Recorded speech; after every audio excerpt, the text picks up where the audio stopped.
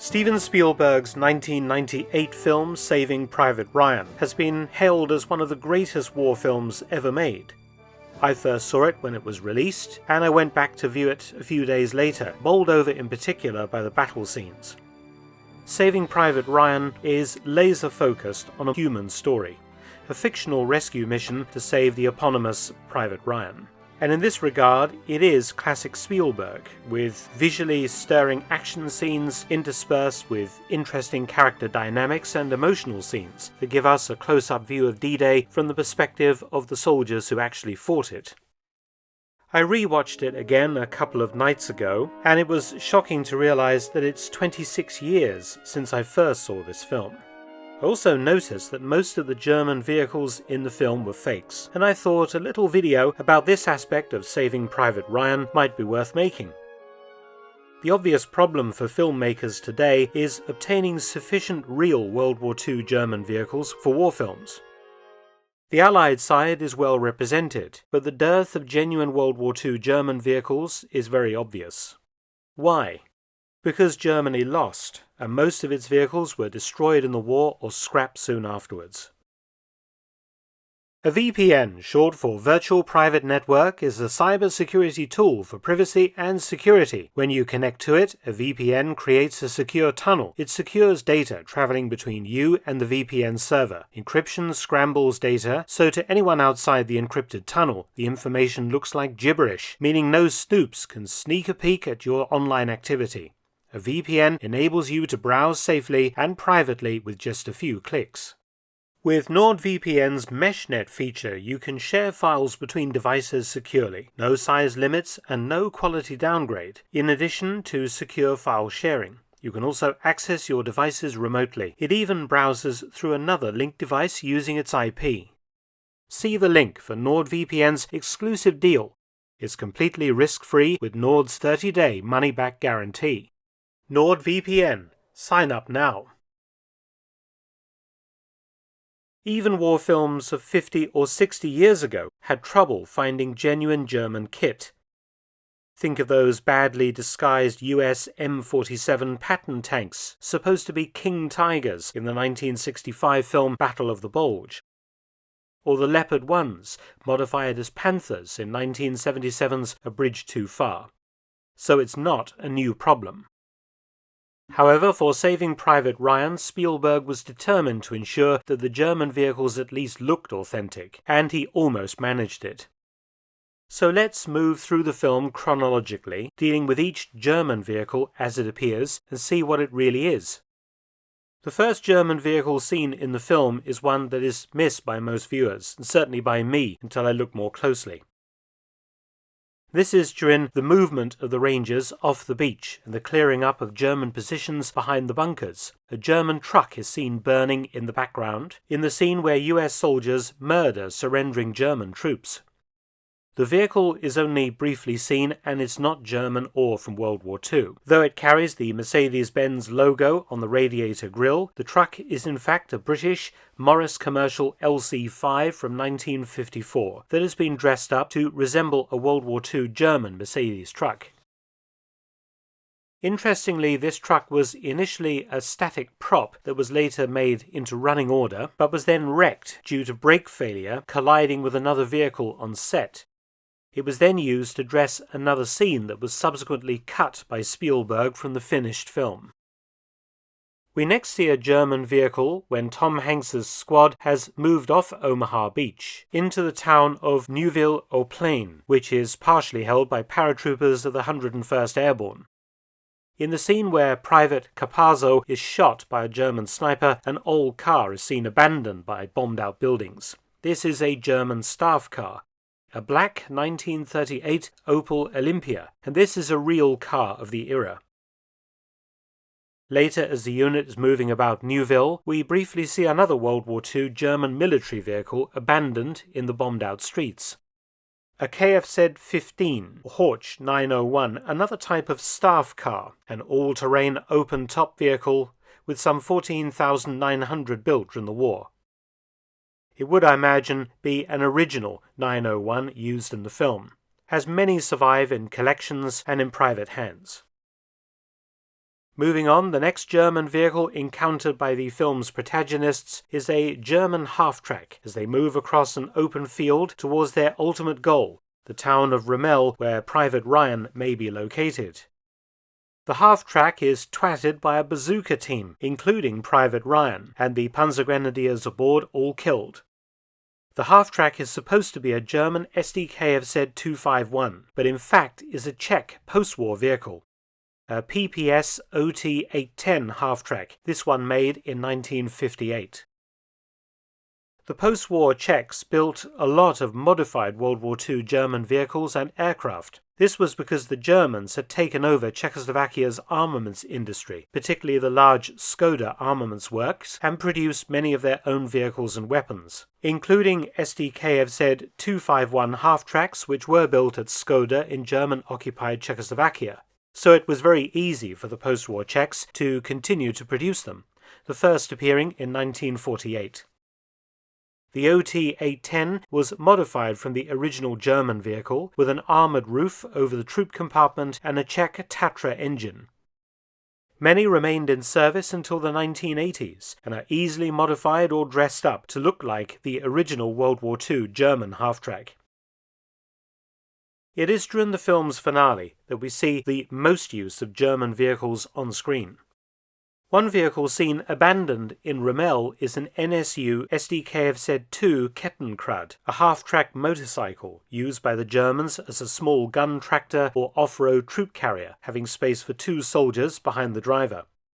8,345 were built during the war, with further post-war production up to 1948 or 49 for agricultural uses.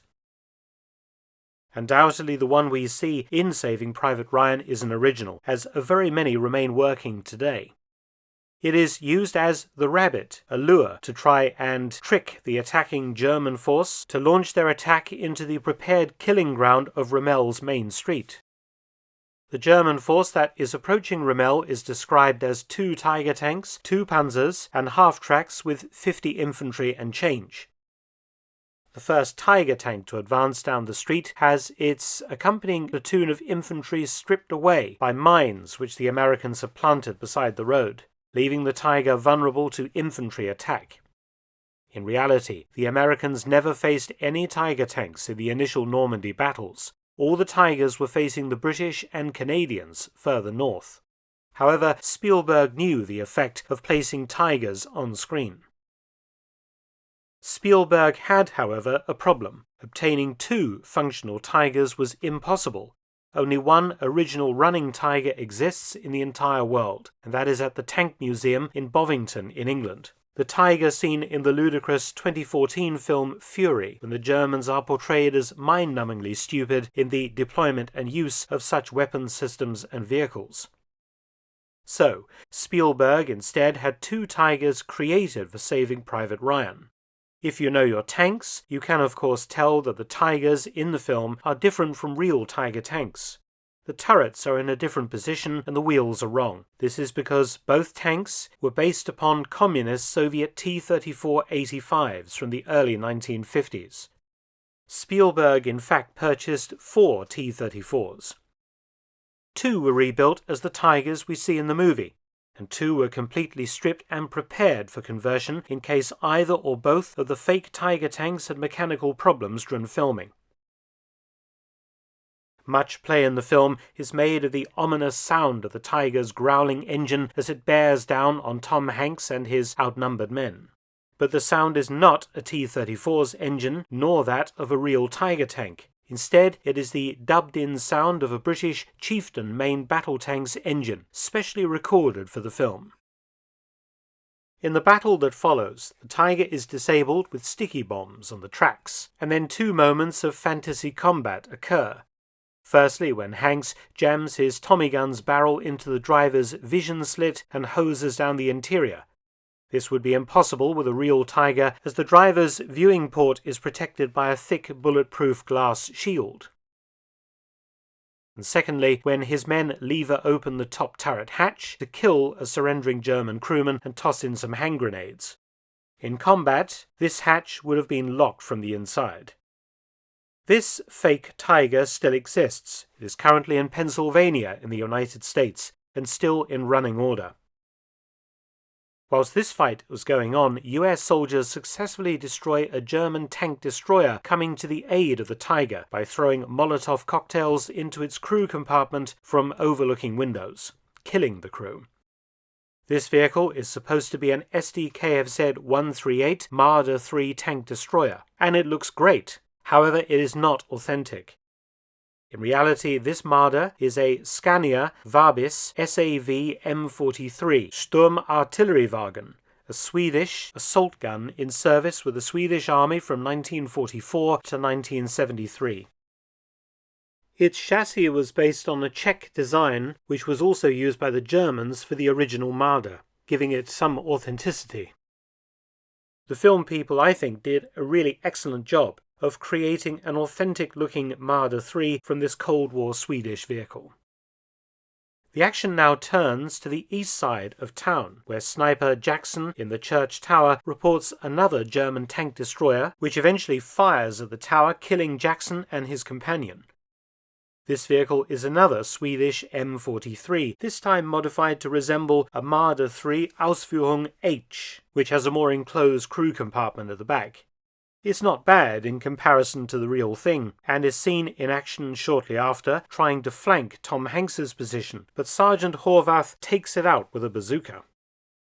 But now the second Tiger begins to advance on the Americans, as they fall back to the other side of the bridge over the Marders River and the Alamo, the final defensive position.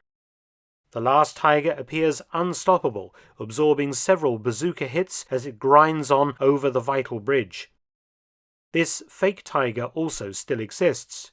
It is on public display at the Imperial War Museum, Duxford in England, and you can get a very close-up view of it for comparison with the T-34, an example of this tank parked opposite. This fake tiger is also in running order. In the final stage of the battle, the mortally wounded Tom Hanks is seen lying against a German motorcycle combination, impotently firing his Colt 1911 pistol at the oncoming Tiger. Again, the German motorcycle isn't German. It is actually a Soviet Ural M63 combination, but in fact is based on a German BMW, the Soviets having reverse-engineered this German motorcycle to make the Ural M63. And of course they look very similar to the World War II original and can be dressed up as such. Anyway, the Tiger suddenly blows up, having been bombed by P-51 Mustangs. This was a cut scene. This is the scene with the Tiger coming towards Tom Hanks, and this is the cut scene which is only on camera for under a second before the tank explodes, and you can see it as a wooden mock-up which is blown up, not the converted T-34 Tiger. So there you have it, the fake German armour of Saving Private Ryan, with a few real German vehicles of the period thrown in, showing how much effort Steven Spielberg put into giving us a believable visual experience that I think was fairly successful. Many thanks for watching, please subscribe and share, and also visit my audiobook channel, War Stories with Mark Felton. You can also help to support both of my channels at PayPal and Patreon, details in the description box below.